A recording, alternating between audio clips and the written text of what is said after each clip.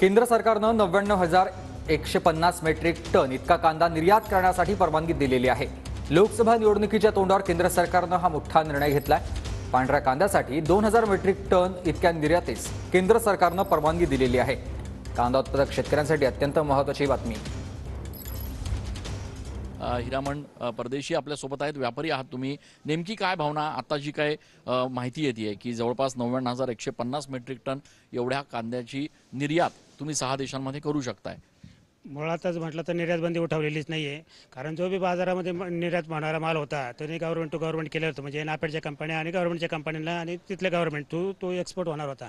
परंतु जी order pending होती त्यांची मागच्या 2 महिन्यापूर्वी ज्यांनी जी ऑर्डर दिलेली होती का इतर देशांना एवढा माल पाठवला जाईल, ती ऑर्डर फक्त त्यांना पूर्ण करायची आणि ती बी गव्हर्नमेंट टू गव्हर्नमेंट करणार आहे। त्याच्यात बाजारावर कुठल्या प्रकारचे परिणाम होणार नाही, कारण खरेदी पण गव्हर्नमेंट करणार आहे आणि पाठवणार पण गव्हर्नमेंट आहे। त्याच्यात व्यापाऱ्यांना किंवा शेतकऱ्यांना असं फार मोठा दिलासा मिळेल असं काही वाटत नाही आहे। पण मग आता हा जो निर्णय घेतलाय त्या निर्णयाबद्दल शेतकरी वर्ग असेल किंवा व्यापारी वर्ग असतील यांच्याकडनं काय प्रतिक्रिया?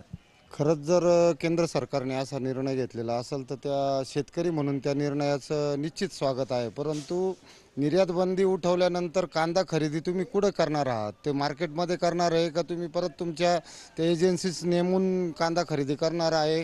कारण त्यांच्या ज्या जाचं काठी आहे त्या काही शेतकऱ्यांना परवडणाऱ्या नाही किंवा शेतकऱ्यांचा कांदा त्या जाचं आटीमध्ये बसत नाही। त्याचबरोबर गेल्या 1.5 वर्षापासून जी निर्यात बंदी होती त्याचं खूप मोठं नुकसान शेतकऱ्यांना झालेलं आहे। त्याचं एक दुःख आहे, परंतु येणारा जो माल आहे शेतीचा किमान त्याला तरी बाजारभाव चांगला भेटेल अशी आम्हाला अपेक्षा आहे। कॅमेरा पर्सन आकाश येवलेसह मी चंदन पूजा अधिकारी, TV9 मराठी।